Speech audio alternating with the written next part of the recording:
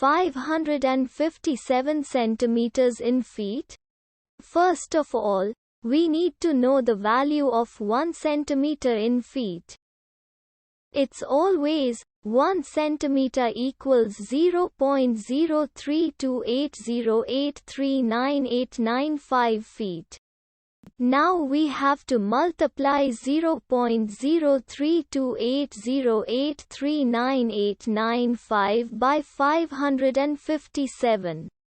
Therefore, 557 centimeters times 0.03280839895 feet equals 18.27427821515 feet.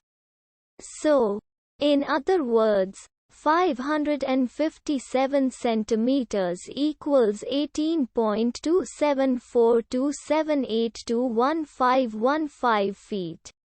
We hope you have enjoyed this video.